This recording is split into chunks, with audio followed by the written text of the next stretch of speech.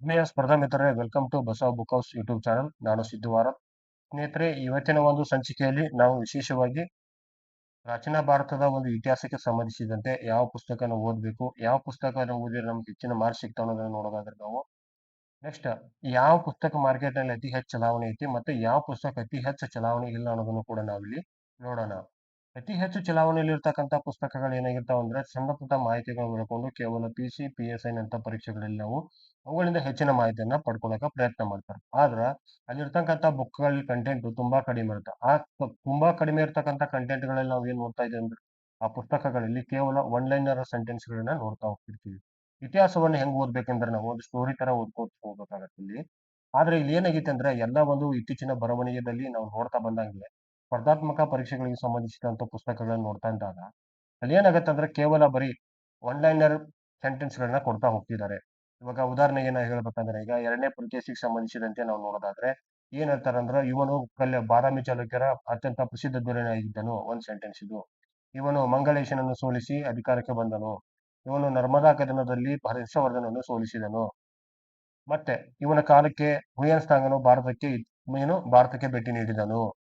ಇವನು ಇನ್ನಿತರ ಒಂದು ರಾಜರನ್ನು ಸೋಲಿಸಿ ಆ ಪರಮೇಶ್ವರ, ಪೃಥ್ವಿವಲ್ಲಭ, ದಕ್ಷಿಣಾಪತೀಶ್ವರ ಇಂಥ ಬಿರುದುಗಳನ್ನು ಪಡೆದುಕೊಂಡನು ಅಂತ ಸಣ್ಣ ಪುಟ್ಟ ಇದರಲ್ಲಿ ಹೇಳ್ಕೊಂಡು ಹೋಗ್ತಾರೆ ಅವ್ರ ಲೈನಲ್ಲಿ. ಆದ್ರೆ ಹಿಸ್ಟ್ರಿ ಓದ್ಬೇಕಾದ್ರೆ ಏನಾಗುತ್ತೆ ಅಂದ್ರ ಅದನ್ನ ಪ್ಯಾರಾಗ್ರಾಫ್ಗಳ ಮೂಲಕ ಒಂದು ಪೇಜ್ ಅಲ್ಲಿ ಸೆಂಟೆನ್ಸ್ ಗಳು ಕತೆ ಕಾದಂಬರಿ ತರ ಓದ್ತಾ ಹೋಗ್ಬೇಕಾಗತ್ತೆ. ನೀವು ಒನ್ ಲೈನರ್ ಓದ್ತಾ ಹೋದಾಗತ್ತ ಇಂಟರ್ಲಿಂಕಿಂಗ್ ತಪ್ಪಾಗತ್ತೆ ಅಲ್ಲಿ. ಈ ತಪ್ಪಾಗೋದ್ರಿಂದ ಏನಾಗುತ್ತೆ ಅಂದ್ರೆ ನಿಮಗೆ ವಿಷಯ ಜ್ಞಾನ ತಿಳಿಯಂಗಿಲ್ಲ. ಅಂದ್ರೆ 360 ಡೈವರ್ಸಿಟಿ ನಿಮಗೆ ಗೊತ್ತಾಗಂಗಿಲ್ಲ.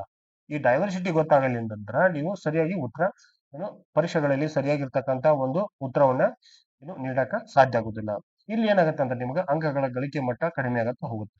ಅದಕ್ಕೆ ನಾ ಏನ್ ಸಜೆಷನ್ ಕೊಡ್ತಾ ಇರೋದಂದ್ರೆ ನಿಮ್ಗೆ ಆಥರ್ ಬುಕ್ಸ್ ಗಳನ್ನ ಓದ್ಕೊಳ್ಳಿ. ಆಥರ್ ಬುಕ್ಸ್ ಗಳನ್ನ ಓದ್ಕೊಳ್ಳೋದ್ರಿಂದ ಏನಾಗುತ್ತೆ ಅಂದ್ರೆ ಅಲ್ಲಿ ಏನಾಗುತ್ತೆ ಅಂದ್ರೆ ಸೆಂಟೆನ್ಸ್ 360 ಬ್ಯಾಕ್ ಗ್ರೌಂಡ್ ಅಲ್ಲಿ ಕವರ್ ಮಾಡಿರ್ತಾರೆ ಅವರು. ವಿಷಯವನ್ನ 360 ಡಿಗ್ರಿಯಲ್ಲಿ ಕವರ್ ಮಾಡ್ಕೊಂಡಿರ್ತಾರೆ.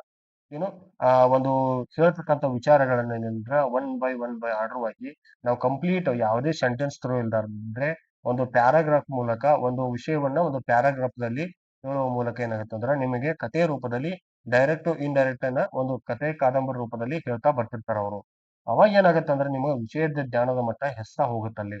ಅದಕ್ಕೆ ನಾವೊಂದು ಪೂರಕವಾಗಿರ್ತಕ್ಕಂಥ ಬುಕ್ ಗಳನ್ನ ನೋಡಕ್ ಹೋದ್ರೆ ವಿಶೇಷವಾಗಿ ಈ ಪುಸ್ತಕ ಏನಂತಂದ್ರ ಇಂಡಿಯಾಸ್ ಮೋಸ್ಟ್ ಪಾಪ್ಯುಲರ್ ಪುಸ್ತಕ ಇದು. ಇದನ್ನ ಕನ್ನಡಕ ತರ್ಜುಮೆ ಮಾಡಿ ತಗೊಂಬಂದಿದ್ದಾರೆ. ಆ ಪುಸ್ತಕದ ಒಂದು ವಿಶೇಷತೆಗಳನ್ನ ಇಲ್ಲಿ ತಿಳ್ಕೊಳ್ತಾ ಹೋಗೋಣ. ಇದು ವಿಶೇಷವಾಗಿ ಪ್ರಾಚೀನ ಭಾರತಕ್ಕೆ ಸಂಬಂಧಿಸಿದ ಒಂದು ಪುಸ್ತಕ ಆಗೈತಿ ಇದು. ಅದನ್ನ ಬರ್ದಿರ್ತಕ್ಕಂಥವ್ರು ಯಾರು, ಆ ಪುಸ್ತಕ ಎಲ್ಲಿಂದ ನಿಮ್ಗೆ ಇತಿಹಾಸವನ್ನು ಹೇಳುತ್ತಾ, ಎಲ್ಲಿವರೆಗೆ ಹೇಳುತ್ತಾ, ಮತ್ತು ಈ ಪುಸ್ತಕದ ಪ್ರಯೋಜನ ಯಾವ ತರ ಇರುತ್ತೆ ನಿಮ್ಗೆ, ಮತ್ತೆ ವಿಶೇಷವಾಗಿ ಈ ಪುಸ್ತಕನ್ನ ಯಾವ ಎಕ್ಸಾಮ್ಗಳಿಗೆ ಬಳಸಬೇಕು, ಮತ್ತೆ ಇಲ್ಲಿರ್ತಕ್ಕಂಥ ವಿಷಯ ಜ್ಞಾನವನ್ನ ಯಾವ ತರ ಅರ್ಥ ಮಾಡ್ಕೋಬೇಕು ಅನ್ನೋದನ್ನ ಈ ಒಂದು ಸಂಚಿಕೆಯಲ್ಲಿ ನಾವು ನೋಡ್ತಾ ಹೋಗೋಣ. ನೋಡೋಣ ಆ ಪುಸ್ತಕ ಯಾವ್ದಂತ. ಸ್ನೇಹಿತರೆ, ಈ ಪುಸ್ತಕದ ಹೆಸರು ಯಾವ್ದಂದ್ರೆ ಪ್ರಾಚೀನ ಭಾರತ. ಈ ಪ್ರಾಚೀನ ಭಾರತ ಒಂದು ಪುಸ್ತಕನ ಬರ್ದವ್ರು ಯಾರಂದ್ರೆ ರೋಮಿಲಾ ಥಾಪರ್. ಯಾರು? ರೋಮಿಲಾ ಥಾಪರ್. ನೋಡ್ರಿ, ಈ ಪುಸ್ತಕದ ಹೆಸರು ಏನಂತಂದ್ರ ಆರಂಭಿಕವಾಗಿ ಈ ಕನ್ನಡಕ್ಕೆ ತರುಕಿಂತ ಮೊದಲ ಇದನ್ನ ಅರ್ಲಿ ಇಂಡಿಯಾ ಅಂತ ಟೈಟಲ್ ಕೊಟ್ಟಿದ್ದಾರೆ ಇದಕ್ಕೆ. ಈ ಪ್ರಾಗೈತಿಕ ಇತಿಹಾಸ ಕಾಲದಿಂದ ನಾವೇನು ಈ ಪುಸ್ತಕದಲ್ಲಿ ಹಲವು ಮಾಹಿತಿಗಳನ್ನ ಪಡಿತೀವಿ. ಹಾಗಾದ್ರೆ ಈ ಪುಸ್ತಕವನ್ನ ಬರ್ದವ್ರು ಯಾರು ಇಂಪಾರ್ಟೆಂಟ್ ಆಗುತ್ತೆ ನಾವು ಸ್ನೇಹಿತರೆ. ಯಾರು? ರೋಮಿಲಾ ಥಾಪರ್ ಅವರು. ಭಾರತದ ಒಬ್ಬ ಪ್ರಸಿದ್ಧ ಇತಿಹಾಸ ತಜ್ಞರಿವರು. ಯಾರು? ರೋಮಿಲಾ ಥಾಪರ್. ನೋಡಿ, ಈ ರೋಮಿಲಾ ಥಾಪರ್ ಯಾರು ಅಂತ ಮುಂದೆ ಆಮೇಲೆ ನೋಡೋಣ. ಹಾಗಾದ್ರೆ ಈ ಅರ್ಲಿ ಇಂಡಿಯಾ ಬುಕ್ಸ್ ಅನ್ನ ಟ್ರಾನ್ಸ್ಲೇಟ್ ಮಾಡಿದವರು ಯಾರು ನೋಡೋದಾದ್ರೆ ನಾವು ಯಾರು ಅಂದ್ರೆ ಕನ್ನಡದಲ್ಲಿ HS ಉಮೇಶ್ ಅವರು. ನೋಡಿ ಸ್ನೇಹಿತರಲ್ಲಿ ಕೊಟ್ಟಿದ್ದಾರೆ ಅವರು. HS ಉಮೇಶ್ ಮತ್ತು ಶಶಿಕುಮಾರ್ ಜೆ ಮತ್ತು ದೀಪಾ ಅವರು. ಇವರು ಕೂಡ ಒಬ್ಬ ಕನ್ನಡದ ಪ್ರಸಿದ್ಧ ಭಾಷಾಂತರಕಾರರು. ಈ ಒಂದು ಪ್ರಾಚೀನ ಭಾರತ ಪುಸ್ತಕದಲ್ಲಿ ಇರ್ತಕ್ಕಂಥ ಒಂದು ಇಂಗ್ಲಿಷ್ ಕಂಟೆಂಟ್ ಏನಿದೆಯಲ್ಲ ಅದನ್ನ ಕನ್ನಡಕ್ಕೆ ತರುವುದಕ್ಕೆ ಉತ್ತಮವಾದ ಪ್ರಯತ್ನ ಮಾಡಿದ್ದಾರೆ. ಇದನ್ನು ಪಬ್ಲಿಷ್ ಮಾಡಿದವರು ಯಾರಂದ್ರೆ ಮೈಸೂರಿನ ವಿಸ್ಮಯ ಪ್ರಕಾಶನದವರು. ವಿಸ್ಮಯ ಪ್ರಕಾಶನದವರು ಏನ್ ಮಾಡಿದ್ದಾರೆ ಅಂದ್ರೆ ಇದನ್ನ ಕನ್ನಡಕ್ಕೆ ತರುವಲ್ಲಿ ಈ ಲೇಖಕರನ್ನ ಹುರಿದುಂಬಿಸಿ ಅವರಿಗೆ ಮೂಲಭೂತ ಸೌಕರ್ಯಗಳ ಒದಗಿಸಿ ಈ ಒಂದು ಬುಕ್ ಅನ್ನ ಪಬ್ಲಿಷ್ ಮಾಡಿದವರು ಯಾರಂದ್ರೆ ವಿಸ್ಮಯ ಪ್ರಕಾಶನದವರು.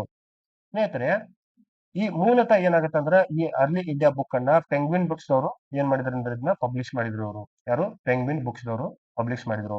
ಇನ್ನು ರೋಮಿಲಾ ಥಾಪರ್ ಯಾರು, ಅವ್ರು ಎಲ್ಲಿ ಹುಟ್ಟಿದ್ರು, ಅವ್ರ ಬ್ಯಾಕ್ ಗ್ರೌಂಡ್ ಏನು, ಅವ್ರು ಏನಂದ್ರೆ ಇಲ್ಲಿ ನೋಡೋಣ.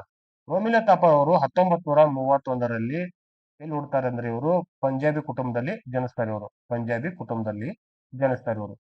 ನೆಕ್ಸ್ಟ್, ತಮ್ಮ ಆರಂಭದ ದಿನಗಳಲ್ಲಿ ಇವ್ರು ಏನ್ ಮಾಡ್ತಾರೆ ಅಂದ್ರೆ ಹೆಚ್ಚಾಗಿ ತಮ್ಮ ಕುಟುಂಬದೊಂದಿಗೆ ಕಳೆದಿದ್ದು. ಅದರೊಂದಿಗೆ ಇವರು ಏನ್ ಮಾಡ್ತಾರೆ ಅಂದ್ರೆ ಇವರು ತಮ್ಮ ಡಿಗ್ರಿಯನ್ನು ಎಲ್ಲಿ ಪಡ್ತಾರೆ, ಪಂಜಾಬ್ ಯೂನಿವರ್ಸಿಟಿಯಿಂದ ತಗೊಳ್ತಾರೆ ಇವರು. ಎಲ್ಲಿ? ಪಂಜಾಬ್ ಯೂನಿವರ್ಸಿಟಿಯಿಂದ. ಪಂಜಾಬ್ ಯೂನಿವರ್ಸಿಟಿಯಿಂದ ಏನ್ ಮಾಡ್ತಾರೆ ಅಂದ್ರೆ ತಮ್ಮ ಡಿಗ್ರಿಯನ್ನ ಕಂಪ್ಲೀಟ್ ಮಾಡ್ತಾರೆ ಅವರು. ಕೇಳ್ತಾರೆ ಇವರು ವಿಶೇಷವಾಗಿ ರೋಮಿಲಾ ಥಾಪರ್ ಯಾರು ಅಂತ. ನಮ್ಮ ಒಂದು ಕೆಶೆಟ್ ಮತ್ತು ನೆಟ್ ಹಾಗೂ ಅಸಿಸ್ಟೆಂಟ್ ಪ್ರೊಫೆಸರ್. ಇನ್ನು ಇತಿಹಾಸಕ್ಕೆ ಸಂಬಂಧಿಸಿದ ಪರೀಕ್ಷೆಗಳಲ್ಲಿ ಹೆಚ್ಚಾಗಿ ಕೇಳ್ತಾ ಬರ್ತಾರೆ ಇವರು.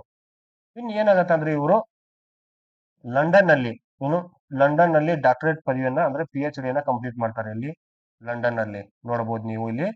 ಆಮೇಲೆ ಏನಾಗುತ್ತೆ ಅಂದ್ರೆ ಡೆಲ್ಲಿ ಯೂನಿವರ್ಸಿಟಿಲಿ ಏನ್ ಮಾಡ್ತಾರೆ ಅಂದ್ರೆ ಇವರು ಇತಿಹಾಸದ ಒಂದು ಪ್ರವಾಚಕರಾಗಿ, ಪ್ರಾಚೀನ ಭಾರತದ ಸ್ಪೆಷಲ್ ಏನು ಇತಿಹಾಸದ ಒಂದು ಪ್ರವಾಚಕರಾಗಿ ಅಥವಾ ಮುಖ್ಯಸ್ಥರಾಗಿ ನೇಮಕಗೊಳ್ತಾರೆ. ಆಮೇಲೆ ಅಂದ್ರೆ JNU ಕೂಡ ವರ್ಕ್ ಮಾಡ್ತಾರೆ ಇವರು. JNU ಜವಾಹರ್ಲಾಲ್ ನೆಹರು ವಿಶ್ವವಿದ್ಯಾಲಯದಲ್ಲಿ ಕೂಡ ನೇಮಕ ಮಾಡ್ತಾರೆ, ಏನು ವರ್ಕ್ ಮಾಡ್ತಾರೆ. ಆಮೇಲೆ ಏನಾಗುತ್ತೆ ಅಂದ್ರೆ ಇವರು ಆಕ್ಸ್ಫರ್ಡ್ ಲೇಡಿ ಮಾರ್ಗೆಟ್ ಹಾಲ್ ನ ಒಂದು ಗೌರವಿತ ಒಂದು ಫೆಲೋವನ್ನ ಪಡೆದುಕೊಳ್ತಾರೆ ಇವರು. ಆಮೇಲೆ ಜಗತ್ತಿನ ಪ್ರಮುಖ ವಿಶ್ವವಿದ್ಯಾಲಯಗಳಾದ ಕಾರ್ನೆಲ್ ವಿಶ್ವವಿದ್ಯಾಲಯ, ಪೆನಿನ್ಸುಲಾ ವಿಶ್ವವಿದ್ಯಾಲಯದ ಅಮೆರಿಕ, ಆಮೇಲೆ ಪ್ಯಾರಿಸ್ ಒಂದು ಅದೇನದು ಕಾಲೇಜ್ ಡಿ ಫ್ರಾನ್ಸ್ ನ ಒಂದು ಸಂದರ್ಶಕ ಪ್ರಾಧ್ಯಾಪಕರಾಗಿ ಕೂಡ ಇವರು ಕಾರ್ಯನಿರ್ವಹಣೆ ಮಾಡ್ತಾರೆ ಇವರು. ಆಮೇಲೆ ಏನಾಗುತ್ತೆ ಅಂದ್ರೆ ಕೊನೆಯದಾಗಿ 1999ರಲ್ಲಿ ಇವರು ಬ್ರಿಟಿಷ್ ಅಕಾಡೆಮಿಯ ಒಂದು ಗೌರವ ಫೆಲೋಶಿಪ್ ಅನ್ನು ಕೂಡ ಇವರು ಪಡ್ಕೊಳ್ತಾರ. ಆದ್ರೆ ಇಲ್ಲೇನಾಗತ್ತೆ ಅಂದ್ರೆ ನಾವಿಲ್ಲಿ ಹಲವು ಪರೀಕ್ಷೆಗಳಲ್ಲಿ ನೋಡೋದಕ್ಕಿಂತ ನಾವು ವಿಶೇಷವಾಗಿ ಕೆಸೆಟ್ ನೆಟ್ ಮತ್ತು PU ಕಾಲೇಜು ಮತ್ತು ಅಸಿಸ್ಟೆಂಟ್ ಪ್ರೊಫೆಸರ್ ಎಕ್ಸಾಮ್ಗಳಲ್ಲಿ ಸ್ನೇಹಿತರೆ ನೋಡಿ, ಅಸಿಸ್ಟೆಂಟ್ ಪ್ರೊಫೆಸರ್ ಎಕ್ಸಾಮ್ಸ್ ಗಳಲ್ಲಿ ಈ ಒಂದು ರೋಮಿಲಾ ಥಾಪರ್ ಸಂಬಂಧಪಟ್ಟಂತೆ ಹಲವು ಪುಸ್ತಕಗಳ ಹೆಸರುಗಳನ್ನ ಕೇಳ್ತಾ ಬಂದಿದ್ದಾರೆ ಇಲ್ಲಿ. ಇಲ್ಲಿ ಏನ್ ಕೊಟ್ಟಿದ್ದಾರೆ ನೋಡ್ರಿ ಅವರು, ಅವರ ಪುಸ್ತಕಗಳನ್ನ ನೋಡೋದಾದ್ರೆ ನಾವು Ashoka and the decline of Mauryas ಏನು ಇಲ್ಲಿ ಫಸ್ಟ್ ಈ ಏನದು ಈ ಅವ್ರ ಪರಿಚಯದಿಂದನೇ ಇವರು ಬುಕ್ಸ್ ಗಳನ್ನ ಕಂಟೆಂಟ್ ಸಿಗ್ತಾ ಹೋಗುತ್ತೆ ನಮ್ಗೆ ಇಲ್ಲಿ. ಅಶೋಕ ಅಂಡ್ ಡಿಕ್ಲೈನ್ ಆಫ್ ಮೌರ್ಯಾಸ್ ಈ ಪುಸ್ತಕದ ಹೆಸರು ಇಲ್ಲೇ ಸಿಗ್ತಾವ ನಮ್ಗೆ ಇಲ್ಲಿ. ಆಮೇಲೆ ನೋಡಿ ಏನ್ಸೆಂಟ್ ಇಂಡಿಯನ್ ಸೋಷಿಯಲ್ ಹಿಸ್ಟ್ರಿ ಕೂಡ ಇವರ ಬರೆದಿರ್ತಕ್ಕಂಥ ಒಂದು ಬುಕ್. ಆಮೇಲೆ ನೋಡಿ total book ancient Indian social history some interpretation ಅಂತ ಒಂದು ಬುಕ್ ಬರ್ತಿಲ್ಲಿ. ಇನ್ನೊಂದು ಫ್ರಮ್ ಲೀನಿಯಸ್ ಟು ಸ್ಟೇಟ್ ಇದೊಂದು ಅವ್ರ ಕೃತಿ. ಆಮೇಲೆ history and beyond Shakuntala text ಇದೊಂದು ಕೃತಿ. ಆಮೇಲೆ ರೀಡಿಂಗ್ಸ್ ಇದೊಂದು ಅವ್ರದೊಂದು ಬುಕ್ಸ್. ಆಮೇಲೆ history and culture past as and Indian history ಇದೊಂದು ತುಂಬಾ ಇಂಪಾರ್ಟೆಂಟ್ ಆದ ಬುಕ್. ಆಮೇಲೆ ಇವರು ಮಕ್ಕಳ ಪುಸ್ತಕ ಯಾವ್ದಂದ್ರೆ ಇಂಡಿಯನ್ ಟೇಲ್ಸ್ ಅಂತ ಬರುತ್ತೆ ಇಲ್ಲಿ ಸ್ನೇಹಿತರೆ. ಯಾವುದು? Indian tales. ಇದನ್ನು ಕೂಡ ಒಂದ್ಸಲ ಪರೀಕ್ಷೆಯಲ್ಲಿ ಕೇಳಿದ್ರು ಅವರು. ಇಂಡಿಯನ್ ಟೇಲ್ಸ್ ಬರ್ದಿರ್ತಕ್ಕಂಥ ಬುಕ್ ನ ಆತರ ಯಾರು ಕೇಳಿದ್ರು, ಯಾವುದು? Indian tales. ನೋಡಿ ಈ ರೋಮಿಲಾ ಥಾಪರ್ ಅವರ ಪರಿಚಯದಲ್ಲಿನ ಕೂಡ ನಾವ್ ಏನ್ ಮಾಡ್ತಾ ಇದ್ವಿ ಅಂದ್ರೆ ಈ ನೆಟ್ಟು ಸೆಟ್ಟು ಈ ಏನ್ ಕಂಟೆಂಟ್ ಇದೆ ಈ ಪಾರ್ಟ್ ನಮ್ಗೆ ಎಕ್ಸಾಮ್ ಬರ್ತಕ್ಕಂಥ ಪಾರ್ಟ್ ಇದು. ಯಾವುದು? ನೆಟ್ ಅಲ್ಲಿ ಆಲ್ಮೋಸ್ಟ್ ಕೇಳಿದಾರೆ ಇವನ್ನ. KSET ಅಲ್ಲಿ ಕೂಡ ಇವರು ಮ್ಯಾಚ್ ದ ಫಾಲೋಯಿಂಗ್ ಆತರ ಹೆಸರು ಕೇಳ್ತಾರ. ಇನ್ನು ಅಸಿಸ್ಟೆಂಟ್ ಪ್ರೊಫೆಸರ್ ಅಲ್ಲಿ ಕೂಡ ಮೊನ್ನೆ 2022ರ AP ಎಕ್ಸಾಮ್ ಅಲ್ಲಿ ಕೂಡ ಒಂದು ಪ್ರಶ್ನೆಯನ್ನು ಇಲ್ಲಿಂದ ಬಂದಿತ್ತು. ನೆಕ್ಸ್ಟ್ ನೋಡೋದಾದ್ರೆ ನಾವು ಈ ಬುಕ್ಸ್ ಅವಾಗಲೇ ಹೇಳಿದ್ರು ನಿಮಗೆ ನಾನು, ವಿಸ್ಮಯ ಪ್ರಕಾಶನದವರು ಯಾರು ಮೈಸೂರವರು ಇದನ್ನ ಪಬ್ಲಿಷ್ ಮಾಡಿದ್ರು. ನೆಕ್ಸ್ಟ್ ಈ ಪುಸ್ತಕನ್ನ ಯಾವ ಒಂದು ಯೋಜನೆಯಡಿ ಏನು ಸರ್ಕಾರ ಇದಕ್ಕೆ ಒಂದು ಅನುದಾನ ನೀಡಿತ್ತಂದ್ರೆ ರಾಷ್ಟ್ರೀಯ ಅನುದಾನ ಮಿಷನ್. ಈ ಯೋಜನೆಯಡಿಯನ್ನ ರಾಷ್ಟ್ರೀಯ ಅನುದಾನ ಮಿಷನ್ ಏನು NTM ಒಂದು ಯೋಜನೆ ಇದಕ್ಕ ಏನ್ ಮಾಡ್ತಾರಂದ್ರೆ ಟ್ರಾನ್ಸ್ಲೇಟ್ ಮಾಡಕ ಹೆಲ್ಪ್ ಮಾಡಿದ್ರು ಇದಕ್ಕ. ನೆಕ್ಸ್ಟ್ ನೋಡೋದಾದ್ರೆ ನಾವು ಮೂಲ ಒಂದು ಟಾಪಿಕ್ ನೋಡೋದಾದ್ರೆ ಇನ್ನೇನ್ ಬರ್ತಂದ್ರೆ ಕಂಟೆಂಟ್ ಅನ್ನ ನೋಡ್ತಾ ಹೋಗೋಣ ಒಂದಕ್ಕೊಂದು. ಏನಪ್ಪಾ ಈ ಪುಸ್ತಕದಲ್ಲಿ ನಾವು ಯಾಕೆ ತಗೋಬೇಕು, ಇದನ್ನ ಯಾಕೆ ಓದ್ಬೇಕು ಅನ್ನೋದನ್ನ ನಾವು ಇಲ್ಲಿ ನೋಡ್ತಾ ಹೋಗೋದಾದ್ರೆ ಇಲ್ಲಿರ್ತಕ್ಕಂಥ ಕಂಟೆಂಟ್ ಮೂಲ ಆಧಾರ ನೋಡೋದಾದ್ರೆ ನಾವು ಇದು ಎಲ್ಲಿಂದ ಸ್ಟಾರ್ಟ್ ಆಗುತ್ತೆ ಅಂತ ಕೇಳ್ಬೋದು. ನಾವು ಈ ಬುಕ್ ನ ಒಂದು ಎಲ್ಲಿಂದ ಎಲ್ಲಿವರೆಗೆ ಹಿಸ್ಟ್ರಿ ಸ್ಟಾರ್ಟ್ ಆಗುತ್ತೆ ಅಂತ ನೋಡ್ಬೋದು ನಾವು. ಏನು ಕ್ರಿಸ್ತ ಪೂರ್ವ 1000ದಿಂದ ಏನು ಕ್ರಿಸ್ತ ಶಕ 1300ರವರೆಗೆ ಇಲ್ಲಿ ಇರ್ತಕ್ಕಂಥ ಇತಿಹಾಸವನ್ನ ನಾವು ನೋಡ್ತಾ ಬರ್ತೀವಿ ಸ್ನೇಹಿತರೆ. ಇಲ್ಲಿ ಆರಂಭಿಕವಾಗಿ ಇಲ್ಲಿ ಏನ್ ನೋಡ್ತಾ ಇದ್ರೆ ನಾವು ಟಾಪಿಕ್ 1ರಲ್ಲಿ ಗತಕಾಲದ ಗ್ರಹಿಕೆಗಳನ್ನು ನೋಡ್ತಾ ಬರ್ತೀವಿ ನಾವಿಲ್ಲಿ. ಇನ್ನು ಗತಕಾಲದ ಗ್ರಹಿಕೆಗಳು ಇತಿಹಾಸ ಹೆಂಗಿತ್ತು, ಇತಿಹಾಸನ ಯಾವ ತರ ಮಾಡಿದ್ವಿ, ಇತಿಹಾಸನ ಯಾವ ತರ ಚಿಂತನೆ ಮಾಡ್ಬೇಕು ಅನ್ನೋದನ್ನ ಇಲ್ಲಿ ತಿಳಿಸ್ಕೊಟ್ಟಿದ್ದಾರೆ. ಇನ್ನೊಂದು ನೋಡಿ ಇಲ್ಲಿ ಭೂದೃಶ್ಯ ಮತ್ತು ಜನರು ಅಂತ ಕೊಟ್ಟಿದ್ದಾರೆ ಟಾಪಿಕ್ 2 ಅಲ್ಲಿ. ಇದು 47 ಪೇಜಿನಲ್ಲಿ ಇರ್ತಕ್ಕಂಥ ಕಂಟೆಂಟ್ ಅನ್ನು ನಾವು ನೋಡ್ತಾ ಇದೀವಿ. ಯಾವುದು? ಭೂದೃಶ್ಯ ಮತ್ತು ಜನರು. ಸರಿ, ಈ ಭೂದೃಶ್ಯ ಜನರು ಅಂದ್ರೆ ಏನಂತಂದ್ರೆ ಭಾರತದ ಉಪಖಂಡ ಸ್ನೇಹಿತರೆ. ಭಾರತ ಒಂದು ಅವತ್ತಿನ ಕಾಲದಲ್ಲಿ ಭಾರತ ಉಪಖಂಡ ಭಾರತ ಉಪಖಂಡ ನಾವು ನೋಡ್ತಾ ಬರ್ತೀವಿ ಇಲ್ಲಿ.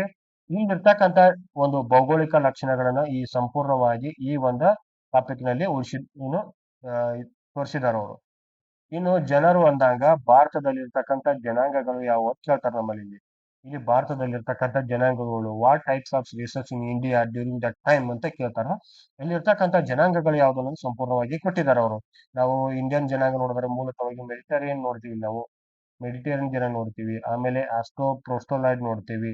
ಆಸ್ಟ್ರೋಪ್ರೋ ಪ್ರೋಸ್ಟೋಲಾಯ್ಡ್ ನೋಡ್ತೀವಿ. ಆಮೇಲೆ ಈ ಮಂಗೋಲಾಯ್ಡ್ ನೋಡ್ತೀವಿ. ಇನ್ನು ನಾರ್ಡಿಕ್ ಜನಾಂಗ ಕೂಡ ನೋಡ್ತೀವಿ ನಾವು ಇಲ್ಲಿ.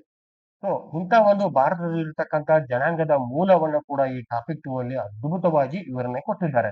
ಇನ್ನು ಪೂರ್ವ ಚರಿತ್ರೆ ಅಂತ ಬರ್ತೀನಿ, ಪ್ರೀ ಹಿಸ್ಟಾರಿಕಲ್ ಅಂದ್ರೆ ಭಾರತದಲ್ಲಿರ್ತಕ್ಕಂಥ ಏನು ಏನು ಈ ಈ ನಿಯೋಲಿಥಿಕ್ಕು, ಪ್ಯಾಲೋಲಿಥಿಕ್ಕು, ಮಿಸೋಲಿಥಿಕ್ಕು, ನಿಯೋಲಿಥಿಕ್ಕು ಇರ್ತಕ್ಕಂಥ ಆ ನೆಲೆಗಳನ್ನ ಕೂಡ ಇಲ್ಲಿ ಸಂಪೂರ್ಣವಾಗಿ ವಿವರಣೆ ಮಾಡಿದ್ದಾರೆ. ಕರ್ನಾಟಕದ ಒಂದು ಲಿಂಗಸ್ಗೂರ್ ಆಗಲಿ, ಬಳ್ಳಾರಿಯಲ್ಲಿ ತಕ್ಕಲಕೋಟ ಆಗಲಿ, ಮತ್ತಿನ್ನ ಹುಣಸಗಿ ಆಗಲಿ, ಈ ಎಲ್ಲಾ ಒಂದು ವಿವರಣೆ ಕೂಡ ಇಲ್ಲಿ ಈ ಟಾಪಿಕ್ ಅಲ್ಲಿ ತುಂಬಾ ಅದ್ಭುತವಾಗಿ ಕವರ್ ಮಾಡಿದ್ದಾರೆ ಇಲ್ಲಿ. ಇನ್ನು ಪೂರ್ವ ಚರಿತ್ರೆಯಿಂದಾಗಿ ನಾವು ಏನ್ ನೋಡ್ತೀವಿ, PW ಕಲ್ಚರ್, NBPW ಕಲ್ಚರ್, ಆಮೇಲೆ ಪಾಟೆಡ್ ಗ್ರೇವ್ ಇರುತ್ತೆ, ಏನು PGW ಕಲ್ಚರ್ಗಳನ್ನ ಇಲ್ಲಿ ಸಂಪೂರ್ಣವಾಗಿ ಈ ಪೂರ್ವ ಚರಿತ್ರೆಯಲ್ಲಿ ಸಂಪೂರ್ಣವಾಗಿ ವಿವರಣೆ ಕೊಟ್ಟಿದ್ದಾರೆ. ಯಾಕಂದ್ರೆ ಈ ಟಾಪಿಕ್ ಏನಿದೆಯಲ್ಲ, ಕಂಪಲ್ಸರಿ ನಾವೊಂದು ಯಾವುದೇ ಒಂದು ನಮ್ಮ KSET ಪ್ರಿಪರೇಷನ್ ಯಾರು ಮಾಡ್ತಾರಲ್ಲ, ಆಮೇಲೆ NET ಪ್ರಿಪರೇಷನ್ ಯಾರು ಮಾಡ್ತಾರಲ್ಲ, ಅವರಿಗೆ ಒಂದು ಪಕ್ಕಾ ಒಂದು ಕ್ವಶನ್ ಇರ್ತಕ್ಕಂಥ ವಿಚಾರ ನಾವಿಲ್ಲಿ ಪೂರ್ವ ಚರಿತ್ರೆ ಪುಸ್ತಕದಲ್ಲಿ ನೋಡ್ತೀವಿ. ಒಂದು 100% ಒಂದು ಕ್ವಶನ್ ಇದ್ದೇ ಇರುತ್ತೆ ಇಲ್ಲಿಂದ. ಇನ್ನು ಟಾಪಿಕ್ 4 ಏನ್ ಹೇಳ್ತಾರ, ರಾಜ್ಯ ಆಳ್ವಿಕೆಗಳು ಮತ್ತು ರಾಜ್ಯ ಸುಮಾರು 1200ರಿಂದ BC ಇದು 1200 ಕ್ರಿಸ್ತಪೂರ್ವ 1200ರಿಂದ ಕ್ರಿಸ್ತಪೂರ್ವ 600ರವರೆಗೆ ಏನು ಇಲ್ಲಿ ನಾವು ನಾವು ನೋಡೋದಾದ್ರೆ ವಿಶೇಷವಾಗಿರ್ತಕ್ಕಂಥ ಇಲ್ಲಿ ಹಲವು ವಿಚಾರಗಳನ್ನ ಕೂಡ ಕೊಟ್ಟಿದ್ದಾರೆ ಅವರು. ಇಲ್ಲೇನ್ ಬರ್ತಂದ್ರೆ ಇಲ್ಲಿ ರಾಜ್ಯಗಳ ಉದಯ ಯಾವ ತರ ಆಯ್ತು, ಆಮೇಲೆ ಅವುಗಳ ಯಾವ ರಾಜ್ಯದಲ್ಲಿ ಆಳ್ವಿಕೆ ಮಾಡಿದ್ವಿ, ಯಾವ ಪ್ರದೇಶದ ಆಳ್ವಿಕೆ ಮಾಡಿದ್ವಿ ಅನ್ನೋದನ್ನ ನಾವಿಲ್ಲಿ ನೋಡ್ತಾ ಬರ್ತೀವಿ. ವಿಶೇಷವಾಗಿರ್ತಕ್ಕಂಥ ನಾವಿಲ್ಲಿ ಈ ಒಂದು ಕೂಡ ಇಲ್ಲಿ ಸಂಪೂರ್ಣವಾಗಿರ್ತಕ್ಕಂಥ ಚಿತ್ರಣ ಅವರು ಕೊಟ್ಟಿದ್ದಾರೆ. ಆಮೇಲೆ ಏನ್ ಕೊಟ್ಟಿದ್ದಾರೆ ಅಂದ್ರೆ ಇಲ್ಲಿ ಈ ಪೂರ್ವ ಚರಿತ್ರೆ ಇನ್ನೊಂದು ಏನ್ ಕವರ್ ಆಗತ್ತೆ ಅಂದ್ರೆ ಇಲ್ಲಿ IVC ಕೂಡ ಕವರ್ ಆಗತ್ತೆ. ಇಲ್ಲಿ IVC ಇಂಡಸ್ ವ್ಯಾಲಿ ಸಿವಿಲೈಸೇಷನ್ ಅದು ಕೂಡ ಕವರ್ ಆಗತ್ತೆ ಇಲ್ಲಿ. ಇನ್ನು ಇಲ್ಲೇನು ಮತ್ತೇನ್ ಕವರ್ ಆಗತ್ತೆ ಅಂದ್ರೆ ಈ ಟಾಪಿಕ್ ಅಲ್ಲಿ ಇನ್ನು ವೇದಿಕ್ ಕಲ್ಚರ್ ಕೂಡ ಕವರ್ ಆಗತ್ತೆ ಇಲ್ಲಿ. ಇನ್ನು ವೇದಿಕ್ ಕಲ್ಚರ್ ಕೂಡ ಇಲ್ಲಿ ಕವರ್ ಮಾಡಿದ್ದಾರೆ. ಇನ್ನು ವಿಶೇಷವಾಗಿರ್ತಕ್ಕಂಥ ಇಲ್ಲಿ ಇನ್ನೊಂದು ಬರುತ್ತೆ ಇಲ್ಲಿ ಇಂಪಾರ್ಟೆಂಟ್, ಈ ನಾವು ಇದನ್ನ ನೋಡ್ತೀವಿ, ಏನು ಪಂಚ್ಡ್ ಮಾರ್ಕ್ ಕಾಯಿನ್ ಅಂತ ಕೂಡ ಕರಿತೀವಿ ಇಲ್ಲಿ. ಪಂಚ್ಡ್ ಮಾರ್ಕಡ ಏನು ಪಂಚ್ಡ್ ಮಾರ್ಕಡ ಕಾಯಿನ್ ಅಥವಾ ನಾಣ್ಯ ಅಂತ ಕರೀತಾರೆ. ಇಲ್ಲಿ ಏನ್ ಕೊಟ್ಟಿದ್ದಾರೆ ಅಂದ್ರೆ ವಿಶೇಷವಾಗಿ ಎಲ್ಲರೂ ಕೂಡ ಹೇಳೋದು ಪಂಚ್ಡ್ ಮಾರ್ಕ್ ಕಾಯಿನ್ ಅಂದ್ರೆ ತೊಟ್ಟೆ ಗುರುತಿನ ಜಜ್ಜಿದ ಇಂಥ ಒಂದು ಹೆಸರು ಕೊಟ್ಕೊತ ಬಂದಿದ್ದಾರೆ ಅವರು. ನೋಡಿ ಸ್ನೇಹಿತರೆ, ನಿಜವಾದ ಒಂದು ಅದರ ಏನು ಪಂಚ್ಡ್ ಮಾರ್ಕ್ ಕಾಯಿನಿನ ಒಂದು ತರ್ಜುಮೆಯ ಭಾಷೆಯಲ್ಲಿರ್ತಕ್ಕಂಥ ಒಂದು ಮೂಲ ಪದ ಏನಂದ್ರೆ ಮುದ್ರಾಂಕಿತ ನಾಣ್ಯಗಳು ಅಂದಂಗದು. ನೀವು ನೋಡಬಹುದು, ಯಾವ್ದಾರ ಒಂದು ಪಂಚ್ ಹೊಡೆದಾಗ ಒಂದು ಸಿಕ್ಕ ಕೂಡುತ್ತಲ್ಲಿ. ಸಿಕ್ಕ ಮೀನ್ಸ್ ಅದೇ ನಮ್ಮ ಉತ್ತರ ಕರ್ನಾಟಕ ಭಾಷೆಯಲ್ಲಿ ಸಿಕ್ಕ ಅಂತೀವಿ ನಾವು ಅದಕ್ಕೆ. ಹಿಂಗ್ ತಗೊಂಡ್ ನಿಮ್ಗೆ ಇರ್ತಾರಲ್ಲ, ಅದಕ್ಕೆ ಸಿಕ್ಕ ಅಂತ ಕರಿತೀವಿ. ಆ ತರ ನಾಣ್ಯಗಳಲ್ಲಿ ಬರ್ತಾವ.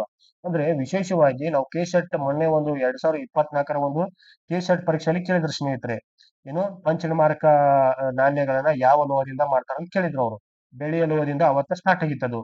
ಇಲ್ಲಿ ಎಷ್ಟು ಅದ್ಭುತವಾಗಿ ಕೊಟ್ಟಿದ್ದಾರೆ ಅಂದ್ರೆ ಈ ಪಂಚಡ್ ಮಾರ್ಕ್ ಕಾಯಿನ್ ಬಗ್ಗೆ, ಈ ಮೂಲತಃವಾಗಿ ಬೆಳ್ಳಿಯನ್ನ ಒಂದು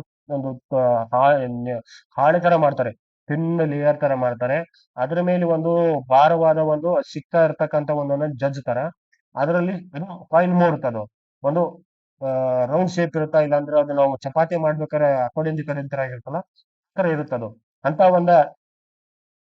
ಒಂದು ಪಂಚಡ್ ಮಾರ್ಕ್ ಕಾಯಿನ್ ಅಲ್ಲಿ ನೋಡ್ತೀವಿ. ಈ ಪಂಚಡ್ ಮಾರ್ಕ್ ಕಾಯಿನ್ ಅಲ್ಲಿ ಏನಾಗುತ್ತೆ ಅಂದ್ರೆ ಹಲವು ವಿಧಗಳು ಬರ್ತಾವ. ಒಂದು ಗಂಗಾ ಬದಲಿನ ಏನು ವಾಯುವ್ಯ ಭಾರತದಲ್ಲಿರ್ತಕ್ಕಂಥ ನಾಣ್ಯಗಳು, ಗಂಗಾ ಬಲಿನ ನಾಣ್ಯಗಳು, ಇನ್ನು ದಕ್ಷಿಣ ಭಾರತದಲ್ಲಿ ಕರ್ತಕ್ಕಂಥ ನಾಣ್ಯಗಳು.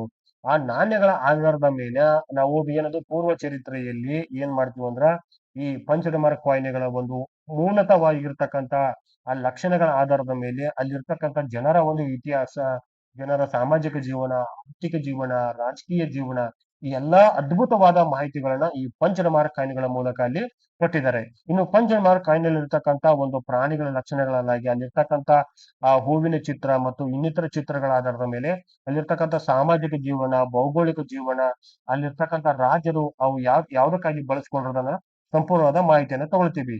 ಈ ಪಂಚಡ್ ಮಾರ್ಕ್ ಕಾಯಿನ್ ಏನಾಗತ್ತಂದ್ರ ಅಲ್ಲಿರ್ತಕ್ಕಂತ ಒಂದು ವಿನಿಮಯ ಮಾಧ್ಯಮವಾಗಿತ್ತು. ವಿನಿಮಯ ಮಾಧ್ಯಮ ಯಾರಿಂದ ಆಗ್ತಿತ್ತಂದ್ರ ಶ್ರೀಮಂತರು ಏನ್ ಮಾಡ್ತಾರೆ ಅಂದ್ರೆ ಪಂಚ್ ಮಾಡ್ತಿದ್ರು, ಅವುಗಳನ್ನ ನಾಣ್ಯ ಟಂಕಿಸ್ತಿದ್ರು. ಅವುಗಳ ಮೂಲಕ ಏನಂತ ರಾಜರ ಒಂದು ಆಡಳಿತ ಮಾಡೋದಕ್ಕೆ ನೆರವಾಗ್ತಿದ್ರು. ಇದು ಪಂಚ ಮಾರ್ಕ್ ಅನ್ನೋ ಒಂದು ಸಂಪೂರ್ಣವಾದ ಮಾಹಿತಿಯನ್ನ ಇಲ್ಲಿ ಡೈರೆಕ್ಟ್ ಕೊಟ್ಟಿದ್ದಾರೆ. ಸ್ನೇಹಿತರೆ ನೋಡಿ, ಕರ್ನಾಟಕದ ಯಾವುದೇ ಕನ್ನಡ ಪುಸ್ತಕದಲ್ಲಿ ಇರ್ದೇ ಇರ್ತಕ್ಕಂತ ಮಾಹಿತಿಗಳನ್ನ ಕೊಟ್ಟಿದ್ದಾರೆ. ನೀವು ಬೇಕಿದ್ರೆ ನಾನು ಚಾಲೆಂಜ್ ಮಾಡ್ತೀನಿ, 2024 ಒಂದು ಕೆಸೆಟ್ ಪರೀಕ್ಷೆಯಲ್ಲಿ ಈ ಪಂಚ್ ಮಾರ್ಕ್ ಕ್ವಶನ್ ಒಂದಿದೆ. ಯಾವ ಒಂದು ಲೋಹದಿಂದ ಮಾಡ್ತಿದ್ರೆ ತೆಗೆದು ನೋಡ್ರಿ ಬೇಕಿದ್ರೆ, ಅದರಲ್ಲಿ ಆ ಮಾಹಿತಿಯನ್ನು ಸಂಪೂರ್ಣವಾಗಿ ಬಿಡಿಸೋದ್ರಿಂದ ನೀವು ಮಾಡ್ಕೋಬಹುದು. ನೆಕ್ಸ್ಟ್ ಏನಂತ ರಾಜ್ಯಾಳ್ವಿಕೆ ಇಲ್ಲಿ ಹೇಳಿದೆ ನಾನು. ಇಲ್ಲಿ ಏನಾಗುತ್ತೆ ಈ ಸಂದರ್ಭದಲ್ಲಿ ಟಾಪಿಕ್ 4 ಅಲ್ಲಿ Indus valley civilisation, Vedic civilisation ಸಂಪೂರ್ಣವಾಗಿ ಕೊಟ್ಟಿದ್ದಾರೆ. ಆಮೇಲೆ ನಾವು ಇಲ್ಲಿ ನೋಡ್ತೀವಿ ಇನ್ನು ಟಾಪಿಕ್ 5 ಅಲ್ಲಿ ಬಹಳ ಇಂಪಾರ್ಟೆಂಟ್ ಸ್ನೇಹಿತರೆ ಇದು. ಇನ್ನು ಕ್ರಿಸ್ತಪೂರ್ವ 600ರಿಂದ ಕ್ರಿಸ್ತಪೂರ್ವ 300ರವರೆಗೆ ಇರ್ತಕ್ಕಂಥ ಇತಿಹಾಸವನ್ನ ಎಷ್ಟು ಅದ್ಭುತವಾಗಿ ಕೊಟ್ಟಿದ್ದಾರೆ ಅಂದ್ರೆ ಅದ್ ನಾನು ಊಹೆ ಮಾಡಕ್ಕೂ ಸಾಧ್ಯ ಆಗಲ್ಲ. ಈ ಪುಸ್ತಕಕ್ಕೆ ಮೂಲ ಆಧಾರ ಗ್ರಂಥ ಯಾವ್ದಂದ್ರೆ ಎ.ಎಲ್. ಭಾಷ್ಯಂ ಅವರ ಒಂದು ಮೂಲ ಆಧಾರ ಗ್ರಂಥ. ಮೂಲ ಆಧಾರ ಗ್ರಂಥ ಎ.ಎಲ್. ಭಾಷ್ಯಂ. ಎ.ಎಲ್. ಭಾಷ್ಯಂ ಅವರ ಶಿಷ್ಯ ಯಾರಂದ್ರೆ ಇವರೇ ರೋಮಿಲಾ ಥಾಪರ್ ಅವರು. ಸೊ ರೋಮಿಲಾ ಥಾಪರ್ ಅವರ ಯಾರ ಶಿಷ್ಯ? ಇಂಡಸ್ ವ್ಯಾಲಿ ಸಿವಿಲೈಸೇಷನ್ ಬಯಲಿನ ರಾಜ್ಯಗಳು ಮತ್ತು ನಗರಗಳು ಮತ್ತೆ ಗಂಗಾ ಬಯಲಿನ ಸುತ್ತಲಿರುವ ನಗರ ರಾಜ್ಯಗಳು ಯಾವ್ದಾದ್ರು ನೋಡ್ತಾ ಬರ್ತೀವಿ ನಾವು. ಈ ಸಂದರ್ಭದಲ್ಲಿ ಹೆಚ್ಚಾಗಿ ನಾವು ಏನ್ ನೋಡ್ತೀವಿ, ಮಹಾಜನಪದಗಳು ಮತ್ತು ಗಣರಾಜ್ಯಗಳನ್ನು ನೋಡ್ತಾ ಬರ್ತೀವಿ. ಇಲ್ಲಿ 16 ಮಹಾಜನಪದ ಬರ್ತೀವಿ ಇಲ್ಲಿ. ಈ ಸಂದರ್ಭದಲ್ಲಿ ಇಲ್ಲಿ ಏನಾಗತ್ತಂದ್ರೆ ಇಲ್ಲಿ ಜೈನ ಧರ್ಮದ ಉದಯ, ಏನು ಜೈನ ಮತ್ತು ಬೌದ್ಧ ಧರ್ಮ, ಜೈನ ಧರ್ಮ ಇನ್ನು ಬೌದ್ಧ ಧರ್ಮದ ಉದಯ ಕೂಡ ಇಲ್ಲಿ ನಾವು ನೋಡ್ತಾ ಬರ್ತೀವಿ ಇಲ್ಲಿ ಈ ಪುಸ್ತಕದಲ್ಲಿ ಇರ್ತಕ್ಕಂಥ ವಿಚಾರ ನೋಡೋದಾದ್ರೆ ನಾವು. ಇನ್ನು ಮೌರ್ಯ ಸಾಮ್ರಾಜ್ಯದ ವಿಧಿಯನ್ನ ಕೂಡ ಎಷ್ಟು ಅದ್ಭುತ ಬರಿದಾರ ಅಂದ್ರೆ ಈ ಸ್ಯಾಂಡ್ರಕೋಟೋಸ್ ಸ್ಯಾಂಡ್ರಕೋಟೋಸ್ ಹೇಳ್ತಾರ. ಅದನ್ನ ಡೈರೆಕ್ಟ್ ಆಗಿ ಇಲ್ಲಿರ್ತಕ್ಕಂಥ ಮಾಹಿತಿಯನ್ನ ನೋಡ್ತಾ ಬರ್ತೀವಿ ನಾವು ಇಲ್ಲಿ. ಎಲ್ಲಿಂದ ಸ್ಯಾಂಡ್ರಕೋಟಸ್ ಅನ್ನ ಯಾರು ಕರೆದ್ರು, ಯಾಕೆ ಕರೆದ್ರು, ಮತ್ತೆ ಅಲ್ಲಿರ್ತಕ್ಕಂಥ ಭಾಷಾ ಉಚ್ಚಾರ ಏನಾಗಿತ್ತು ಅನ್ನೋದನ್ನ ಈ ಟಾಪಿಕ್ ಅಲ್ಲಿ ಅದ್ಭುತವಾಗಿ ಕೊಟ್ಟಿದ್ದಾರೆ. ಯಾವುದು?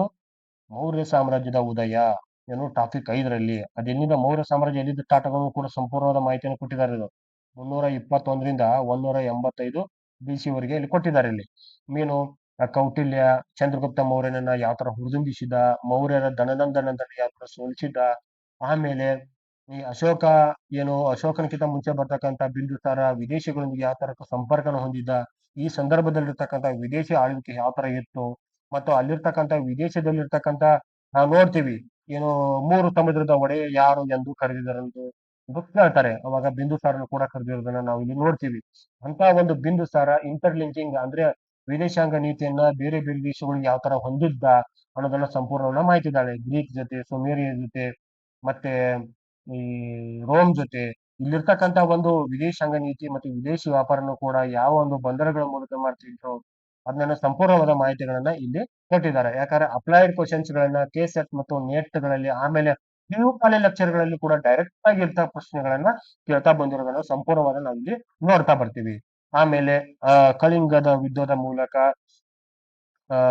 ಯುದ್ಧದ ನಂತರ ಅಶೋಕ್ ಯಾವ ತರ ಬದಲಾವಣೆ ಹೊಂದಿದ್ದ, ಅವನಿಗೆ ಬದಲಾವಣೆ ಕಾರಣ ಏನಾಯ್ತು, ಅದಕ್ಕಿಂತ ಪೂರ್ವದಲ್ಲಿ ದಕ್ಷಿಣ ಭಾರತದಲ್ಲಿ ಇರ್ತಕ್ಕಂತ ಒಂದು ರಾಜ್ಯದಲ್ಲಿ ಆಳ್ವಿಕೆ ಮಾಡ್ತಿದ್ದ, ಆಮೇಲೆ ತಕ್ಷಶಿಲೆಗೆ ಅಲ್ಯಾಕ್ ಹೋದ, ತಕ್ಷದಲ್ಲಿ ಇರ್ತಕ್ಕಂತ ಘಟನೆ ಏನಾಗಿತ್ತು, ಅಲ್ಲಿಂದ ಆ ಘಟನೆ ಕಾರಣ ಏನಾಗಿತ್ತು, ಅವನು ಅಶೋಕ್ ಯಾವ ತರ ಅಲ್ಲಿ ಆ ಸುಶೀಮನನ್ನ ಸೋಲಿಸಿದ, ಯಾವ ತರ ಹ್ಯಾಂಡಲ್ ಮಾಡೋದ್ರಿಂದ ಸಂಪೂರ್ಣವಾದ ಮಾಹಿತಿಗಳನ್ನ ಈ ಒಂದು ಪುಸ್ತಕದಲ್ಲಿ ನಿಮ್ಗೆ ಕೊಟ್ಟಿರ್ತಕ್ಕಂಥ ವಿಚಾರಗಳನ್ನ ನೀವು ನೋಡ್ಬೋದು. ಆಮೇಲೆ ನಾವು ನೋಡ್ತೀವಿ ಇನ್ನು ಟಾಪಿಕ್ 7 ಅಲ್ಲಿ ರಾಜಕೀಯ ಮತ್ತು ವ್ಯಾಪಾರನು ಕೂಡ ಇಲ್ಲಿ ನಾವು ನೋಡ್ತಾ ಬರ್ತೀವಿ. ಇಲ್ಲಿ ರಾಜಕೀಯ ಮತ್ತು ವ್ಯಾಪಾರ ನೋಡಿ ಸ್ನೇಹಿತರೆ, ಇದು ತುಂಬಾ ಇಂಪಾರ್ಟೆಂಟ್ ನೋಡಿ. ಕ್ರಿಸ್ತಪೂರ್ವ 200ರಿಂದ ಕ್ರಿಸ್ತ 300ವರೆಗೆ ಇಲ್ಲಿ ಮಾಹಿತಿಯನ್ನ ಕೊಟ್ಟಿದ್ದಾರೆ ಅವರು. ಈ ರಾಜಕೀಯ ಮತ್ತು ವಿದೇಶಾಂಗ ವ್ಯಾಪಾರದಲ್ಲಿ ಕೇಳ ಬರ್ತಾರೆ. ಇಲ್ಲಿ ರಾಜಕೀಯ ಅಂದ್ರೆ ಈ ಮೌರ್ಯರ ಕಾಲಾವಧಿಯ ನಂತರ, ಅಂದ್ರೆ ಮೌರ್ಯದ ಅವನತಿಯ ನಂತರ ಬರ್ತಕ್ಕಂಥ ರಾಜ್ಯ ಮನೆತನಗಳು. ಇಲ್ಲಿ ಹಸಿನಾಗ ಕರಿತೇನೆ ಅಲ್ಲಿ ಹರ್ಯಂಕ, ಶಿಶುನಾಗ, ಇದು ಬಿಫೋರ್ ಇದು ಮೌರ್ಯಕ್ಕಿಂತ ಮೊದಲದು. ಅದಾದ ನಂತರ ಬರ್ತಾ ಇಲ್ಲ ದಕ್ಷಿಣ ಭಾರತದ ಶಾತವಾಹನರು ನೋಡ್ತೀವಿ ನಾವು, ತುಂಗರನ್ನು ನೋಡ್ತೀವಿ, ಕನ್ನವರ ನೋಡ್ತೀವಿ. ಇಂಥ ಒಂದು ಸಣ್ಣ ಪುಟ್ಟ ರಾಜ್ಯ ಮನೆತನಗಳು ಯಾವ ತರ ಒಂದು ಭಾರತದಲ್ಲಿ ಆಳ್ವಿಕೆಯನ್ನು ಮಾಡಿದ್ರು, ಈ ಸಂದರ್ಭದಲ್ಲಿ ಯಾವ ತರ ಒಂದು ವ್ಯಾಪಾರ ನಡೀತು, ವಿದೇಶಾಂಗ ವ್ಯಾಪಾರ ನಡೀತು ಅಂತ ಪ್ರಶ್ನೆಗಳನ್ನ ಚಾನ್ಸಸ್ ಇರ್ತೈತಿ. ಇದೇ ಸಂದರ್ಭದಲ್ಲಿ ನಾವು ಏನ್ ನೋಡ್ತಾ ಇದ್ದೀವಿ ಅಂದ್ರೆ ದಕ್ಷಿಣ ಭಾರತದಲ್ಲಿ ಸಂಗಮೇಜನ್ ಕೂಡ ಇಲ್ಲಿ ನೋಡ್ತೀವಿ ನಾವು. ಸಂಗಮೇಜ್ ಯಾವಾಗಿಂದ ಸ್ಟಾರ್ಟ್ ಆಗತ್ತೆ ನೋಡಿ, BC 300ರಿಂದ AD 300ವರೆಗೆ ಸುಮಾರು 6 ಶತಮಾನಗಳ ಕಾಲ, 6 10 ಏನು BC 300ರಿಂದ BC AD ಅಂದ್ರೆ ಸಾಮಾನ್ಯ ಕ್ರಿಸ್ತಪೂರ್ವ 300ರಿಂದ ಸಾಮಾನ್ಯ ಶಕ 300ರವರೆಗೆ ಈ ಸಂಗಮ ಆಡಳಿತಾವಧಿಯನ್ನ ನೋಡ್ತಾ ಬರ್ತೀವಿ ನಾವು. ಅಲ್ಲಿ ಯಾವ ತರ ದಕ್ಷಿಣ ಭಾರತದಲ್ಲಿ ಯಾವ ತರ ಒಂದು ತಮಿಳು ಸಾಹಿತ್ಯ ಬೆಳವಣಿಗೆ ಹೊಂದಿತ್ತು, ವಿದೇಶಾಂಗ ನೀತಿಯೊಂದಿಗೆ ಯಾವ ತರ ತಮಿಳು ಸಾಹಿತ್ಯ ಸಂಬಂಧನ ಹೊಂದಿತ್ತು ಅನ್ನೋದನ್ನ ಇಲ್ಲಿ ಸಂಪೂರ್ಣವಾಗಿ ಕೊಟ್ಟಿರ್ತಕ್ಕಂಥ ವಿಚಾರಗಳನ್ನ ನಾವು ನೋಡ್ತೀವಿ. ಇನ್ನು ಟಾಪಿಕ್ 8 ನಮ್ದಲ್ಲಿ ಟಾಪಿಕ್ 8 ವರ್ತಕ ಸಮುದಾಯದ ಉದಯ. ಹಾ, ಇದು ಇಂಪಾರ್ಟೆಂಟ್ ಆಗುತ್ತೆ ನೋಡಿ. ವರ್ತಕ ಸಮುದಾಯ ಯಾವ ತರ ಉದಯವನ್ನು ಹೊಂದಿತ್ತು, ಈ ವರ್ತಕ ಸಮುದಾಯಗಳ ಮುಂದೆ ಯಾವ ತರ ಸಣ್ಣ ಪುಟ್ಟ ರಾಜರಾದ್ರು, ಈ ರಾಜರು ಹೋಗಿ ಏನು ಸಾಮ್ರಾಜ್ಯಗಳಾದವು, ಸಾಮ್ರಾಜ್ಯಗಳು ಯಾವ ತರ ದೇಶವನ್ನು ಆಳಿದನ್ನ ಸಂಪೂರ್ಣವಾದ ಮಾಹಿತಿಯನ್ನ ಇಲ್ಲಿ ಕೊಟ್ಟಿದ್ದಾರೆ. ನೀವು ಇಲ್ಲಿ ಏನ್ ನೋಡ್ರಿ, ನೆಕ್ಸ್ಟ್ ಇನ್ನ ಪ್ರಾರಂಭದ ಕಾಲದ ಇತಿಹಾಸ. ಕ್ರಿಸ್ತಶಕ 300 ಹಿಡ್ಕೊಂಡು ಕ್ರಿಸ್ತಶಕ 700 ಒಂದು ಸುಮಾರದ ಮಧ್ಯದಲ್ಲಿ ದಕ್ಷಿಣ ಭಾರತದಲ್ಲಿ, ಉತ್ತರ ಭಾರತದಲ್ಲಿ, ಪೂರ್ವ ಭಾರತದಲ್ಲಿ ಮತ್ತು ಮಧ್ಯ ಭಾರತದಲ್ಲಿ ಯಾವ ಸಾಮ್ರಾಜ್ಯಗಳು ಉದಯಿಸಿಕೊಂಡು ಯಾವ ತರ ಆಳ್ವಿಕೆಯನ್ನ ಮಾಡಿದ್ದು, ಒಂದಕ್ಕೊಂದು ಯಾವ ತರ ಇಂಟರ್ಲಿಂಕಿಂಗ್ ಕೊಟ್ಟಿದ್ದು ಅನ್ನೋದನ್ನ ಸಂಪೂರ್ಣವಾದ ಮಾಹಿತಿಗಳನ್ನ ಈ ಒಂದು ಟಾಪಿಕ್ 9ರಲ್ಲಿ ಪ್ರಾರಂಭದ ಕಾಲದಲ್ಲಿ ಇರ್ತಕ್ಕಂಥ ವಿಚಾರಗಳನ್ನ ನೋಡ್ತೀವಿ ನಾವು. ದಕ್ಷಿಣ ಭಾರತದಲ್ಲಿ ನೋಡಿದ್ರೆ ಈ ಅವಧಿಯಲ್ಲಿ ನೋಡಿ ಸ್ನೇಹಿತರೆ, ಬಹಳ ಇಂಪಾರ್ಟೆಂಟ್ ಆಗತ್ತೆ. ಈ ಅವಧಿಯಲ್ಲಿ ಏನು ಕ್ರಿಸ್ತ ಶಕ 300 ಹಿಡ್ಕೊಂಡು 700 ದಕ್ಷಿಣ ಭಾರತದಲ್ಲಿ ಇರ್ತಕ್ಕಂಥ ರಾಜ್ಯ ನೋಡೋದಾದ್ರೆ ನಾವು ವಿಶೇಷವಾಗಿ ನಮ್ಮ ಕರ್ನಾಟಕವನ್ನು ತಗೋದಾದ್ರೆ ನಾವಿಲ್ಲಿ ಏನು ಕದಂಬರ ನೋಡ್ತೀವಿ ಆರಂಭಿಕವಾಗಿ, ಗಂಗರನ್ನ ನೋಡ್ತೀವಿ ಆರಂಭಿಕವಾಗಿ, ಬಾದಾಮಿ ಚಾಲುಕ್ಯರನ್ನ ನೋಡ್ತೀವಿ, ಮತ್ತೆ ರಾಷ್ಟ್ರಕೂಟರನ್ನ ಇಲ್ಲಿ ಪ್ರಮುಖ 4 ಸಾಮ್ರಾಜ್ಯಗಳನ್ನ, 4 ರಾಜ್ಯ ಮನೆತನಗಳನ್ನ ಈ 3 ಅವಧಿಯಲ್ಲಿ ನೋಡ್ತೀವಿ. ಇನ್ನು ಉತ್ತರ ಭಾರತಕ್ಕೆ ಹೋದಾಗ ನಾವು ಅಲ್ಲಿ ಏನ್ ನೋಡ್ತಾ ಇದ್ದೀವಿ ಅಂದ್ರೆ ಈ ವರ್ಧನರು ಬರ್ತಾರ, ಆಮೇಲೆ ಗುಪ್ತರು ಬರ್ತಾರ, ಇನ್ನು ನಾಗಗಳು ಬರ್ತಾರ, ಆಮೇಲೆ ಮೌಖರಿಗಳು ಬರ್ತಾರ, ವಾಕಾಟಕರುಗಳು ಬರ್ತಾರ. ಈ ಎಲ್ಲಾ ಒಂದು ಚಿತ್ರಣ ಬಂದ ಅಂದ್ರೆ ಗುಪ್ತರ ಅವಧಿಯಲ್ಲಿ ವಿಶೇಷವಾಗಿ ಈ ಕಾಲವನ್ನ ಗುಪ್ತರ ಅವಧಿಯ ಆರಂಭಿಕ ಕಾಲ ಮತ್ತು ನಂತರದ ಕಾಲ ಅಂತ ಕೂಡ ನಾವು ಗುರುತಿಸ್ಕೊಳ್ತೀವಿ ಇಲ್ಲಿ. ಯಾಕಂದ್ರೆ ಗುಪ್ತರ ಒಂದು ಆಡಳಿತ ಪ್ರಭಾವ ನಾವು ರಾಷ್ಟ್ರಕೂಟರ ಆಡಳಿತ ಪ್ರಭಾವದಲ್ಲಿ ಕೂಡ ನೋಡ್ತಾ ಬರ್ತೀವಿ. ಯಾಕಂದ್ರೆ ಗುಪ್ತರ ರಾಜ್ಯ ಲಾಂಛನವಾದ ಗರುಡವನ್ನ ನಮ್ಮ ಒಂದು ಯಾರು ಕರ್ನಾಟಕ ರಾಜ್ಯ ಮನೆತನವಾದ ರಾಷ್ಟ್ರಕೂಟ ಕೂಡ ಲಾಂಛನವನ್ನ ಅನುಭವಿಸಿದನ್ನ ನೋಡ್ತೀವಿ. ಅಲ್ಲಿ ಭುಕ್ತಿ ಇದ್ರೆ ಇಲ್ಲಿ ಕೂಡ ಭುಕ್ತಿ ಎಂಬ ರಾಜ್ಯದ ಒಂದು ಆಡಳಿತ ಘಟಕವನ್ನ ನೋಡ್ತಾ ಬರ್ತೀವಿ. ರಾಜ್ಯ ಮಹಾರಾಜ ಬಿರುದುಗಳು ಹೊಂದಿರುವುದನ್ನ ಇಲ್ಲಿ ಕೂಡ ನಾವು ನೋಡ್ತಾ ಬರ್ತೀವಿ. ಅಲ್ಲಿ ಸಮುದ್ರಗುಪ್ತ ಏನ್ ಮಾಡ್ತಾನೆ ಅಂದ್ರೆ ಚಿನ್ನದ ನಾಣ್ಯಗಳನ್ನ 8 ಬಗೆಯ ಚಿನ್ನದ ನಾಣ್ಯಗಳನ್ನ ಟಂಕಿಸಿದ್ರೆ, ಇಲ್ಲಿ ಕೂಡ ದಕ್ಷಿಣ ಭಾರತದಲ್ಲಿ ಕೂಡ ಹಲವು ರಾಜರು ಕೂಡ ಚಿನ್ನದ ನಾಣ್ಯಗಳನ್ನ ಟಂಕಿಸಿದನ್ನು ನೋಡ್ತಾ ಬರ್ತೀವಿ ಇಲ್ಲಿ. ಅದರೊಂದಿಗೆ ಇಲ್ಲಿ ಏನು ಈ ತಮಿಳು ಭಾಗ ಮತ್ತು ಆಂಧ್ರ ಪ್ರದೇಶ ಭಾಗದಲ್ಲಿ ಪಲ್ಲವರು ಯಾವ ತರ ಎಮರ್ಜ್ ಆದ್ರು, ಪಲ್ಲವರ ನಂತರ ಚೋಳರು ಯಾವ ತರ ಎಮರ್ಜ್ ಆದ್ರು, ಪಲ್ಲವರು ಮತ್ತು ಕರ್ನಾಟಕದ ಕದಂಬರ ಅರಸರ ಒಂದು ಏನು ಕ್ಲಾಶ್ ಗಳೇನಾಗ್ತಾವ ಅವನು ಕೂಡ ಇಲ್ಲಿ ನಾವು ನೋಡ್ತಾ ಬರ್ತೀವಿ. ಹೀಗೆ ಈ ಒಂದು 300ರಿಂದ 700 ಅವಧಿಯಲ್ಲಿ ಪ್ರಾಚೀನ ಭಾರತದಲ್ಲಿ ಇರ್ತಕ್ಕಂತ ಒಂದು ರಾಜ್ಯ ಮನೆತನಗಳು ಆಡಳಿತಾತ್ಮಕ, ರಾಜಕೀಯ, ಕಲೆ ಮತ್ತು ಸಾಹಿತ್ಯ ಈ ಮೂಲಕ ಭಾರತೀಯ ಇತಿಹಾಸವನ್ನು ಯಾವ ಒಂದು ಉನ್ನತ ಮಟ್ಟಕ್ಕೆ ತೆಗೆದುಕೊಂಡು ಹೋಗೋದನ್ನ ನಾವು ನೋಡ್ತಾ ಬರ್ತೀವಿ. ಉತ್ತರ ಭಾರತದಲ್ಲಿ ಉತ್ತರ ಕಾಲವನ್ನು ಸುವರ್ಣ ಯುಗ ಅಂದ್ರೆ ಕರ್ನಾಟಕದಲ್ಲಿ ರಾಷ್ಟ್ರಕೂಟರ ಕಾಲವನ್ನ ಜೈನ ಸಾಹಿತ್ಯದ ಸುವರ್ಣ ಯುಗ ಅಂತ ಕೂಡ ಕರೆಯೋದನ್ನ ಇಲ್ಲಿ ಸಂಪೂರ್ಣವಾಗಿ ವಿವರಣೆ ಕೊಟ್ಟಿದ್ದಾರೆ. ಇನ್ನು ಟಾಪಿಕ್ 10 ನಲ್ಲಿ ಬಹಳ ಇಂಪಾರ್ಟೆಂಟ್, ಉಪಖಂಡದಲ್ಲಿ ಉದಯಿಸುತ್ತಿರುವ ಪ್ರಾದೇಶಿಕ ರಾಜ್ಯಗಳ ಕುರಿತಾಗಿ ಒಂದು ಮಾಹಿತಿಯನ್ನ ಇಲ್ಲಿ ಕೊಟ್ಟಿದ್ದಾರೆ ಅವರು. ಏನು ಉಪಖಂಡದಲ್ಲಿ ಉದಯಿಸುತ್ತಿರುವ ಪ್ರಾದೇಶಿಕ ಕಾಲದಲ್ಲಿ ನೋಡಿ ಯಾವುದು ಕ್ರಿಸ್ತ ಶಕ 500 ಹಿಡ್ಕೊಂಡು 900ರವರೆಗೆ ಇಲ್ಲಿರ್ತಕ್ಕಂಥ ಸಂಪೂರ್ಣವಾದ ಮಾಹಿತಿಗಳನ್ನ ನೋಡ್ತೀವಿ. ಆಮೇಲೆ ಉಪಖಂಡ ಅಂದಾಗ ನಿಮ್ಗೆ ಗೊತ್ತಿರಬಹುದು, ಅಂದಿನ ಇರಾನ್ನ ಸ್ವಲ್ಪ ಭಾಗ, ಅಫ್ಘಾನಿಸ್ತಾನದ ಸ್ವಲ್ಪ ಭಾಗ, ಅಫ್ಘಾನಿಸ್ತಾನ ಕಂಪ್ಲೀಟ್ಲಿ, ಇತ್ತಾಗ ನೇಪಾಳ, ಟಿಬೇಟ್, ಬಾಂಗ್ಲಾದೇಶ, ಇಂಡಿಯಾ, ಶ್ರೀಲಂಕಾ, ಈ ನಾರ್ತ್ ಈಸ್ಟ್ ಭಾಗ, ಆಮೇಲೆ ಪಾಕಿಸ್ತಾನದ ಸಂಪೂರ್ಣ ಭಾಗ, ಈ ಉಪಖಂಡದ ಭಾಗದಲ್ಲಿ ಉದಯಿಸಿರ್ತಕ್ಕಂಥ ದಾಳಿಗಳನ್ನ ಏನು ಪ್ರಾದೇಶಿಕ ರಾಜ್ಯಗಳು ಯಾವ್ದಂತಾರ ಅಂದ್ರೆ ವಿಶೇಷವಾಗಿ ಈ ರಜಪೂತ ಅಗ್ನಿಕುಲ ಮಂಥನಗಳು. ಅವ್ರು ಯಾರಂದ್ರೆ ಈ ಪಾಲರು ಮತ್ತೆ ಚಂದೇಲರು, ಈ ಸಣ್ಣ ಪುಟ್ಟ ಮಧ್ಯ ಭಾರತದಲ್ಲಿ ಇರ್ತಕ್ಕಂಥ ರಾಜ್ಯಗಳು, ಬಹಳಷ್ಟು ಭೂಮಿ ಇರ್ತಕ್ಕಂಥ ರಾಜ್ಯಗಳನ್ನ ಈ ಒಂದು ಉಪಖಂಡದಲ್ಲಿ ಇರ್ತಕ್ಕಂಥ ಅವಧಿಯಲ್ಲಿ 500 ಹಿಡ್ಕೊಂಡು 900ರ ಅವಧಿಯಲ್ಲಿ ಪ್ರಾಚೀನ ಭಾರತದ ಅಂತ್ಯ, ಮಧ್ಯ ಭಾರತದ ಆರಂಭದಲ್ಲಿ ಇರ್ತಕ್ಕಂಥ ರಾಜ್ಯಗಳನ್ನ ಸಂಪೂರ್ಣವಾಗಿ ಇಲ್ಲಿ ಕೊಟ್ಟಿದ್ದಾರೆ. ಇನ್ನು ಟಾಪಿಕ್ 11ರಲ್ಲಿ ಇರುತ್ತೆ ಉಪಖಂಡದ ಕುರಿತಾಗಿ ಅಂದ್ರೆ ಕ್ರಿಸ್ತ ಶಕ 900 ಹಿಡ್ಕೊಂಡು 1300 ಬಗ್ಗೆ. ಎಷ್ಟು ನೋಡಿ, 900 ಹಿಡ್ಕೊಂಡು 1300 ಅವಧಿಯಲ್ಲಿ ಸಂಪೂರ್ಣವಾಗಿ ಮಾಹಿತಿಯನ್ನ ಈ ಪುಸ್ತಕದಲ್ಲಿ ಕೊಟ್ಟಿದ್ದಾರೆ ಸ್ನೇಹಿತರೆ. ಇನ್ನು ಮುಂದಿನ ಒಂದು ಭಾಗದಲ್ಲಿ ನಾವು ಟೋಟಲ್ ಆಗಿರ್ತಕ್ಕಂಥ ಸಂಪೂರ್ಣ ಮಾಹಿತಿಗಳನ್ನ ಇಲ್ಲಿ ನೋಡ್ಕೋಣ. ಟೋಟಲ್ ಇಲ್ಲಿರ್ತಕ್ಕಂಥ ಟೋಟಲ್ 13 ಟಾಪಿಕ್ ಗಳ ಒಂದು ಕೊಟ್ಟಿದ್ದಾರೆ ಅವರು.